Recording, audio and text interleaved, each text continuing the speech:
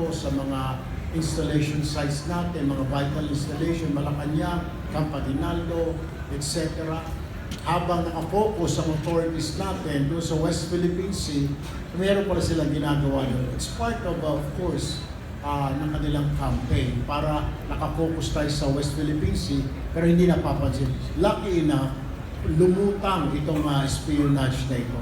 So talagang halatang halata na they really want to control this country, siguro pagkatapos nito sa Senate and then sa Congress. So it's up to us, it's up to our people kung gusto nating mangyari po ito na we have a Chinese-controlled Senate and House of Representatives controlled by China. Yun lang po. Thank you. Any more reactions from our senatorials?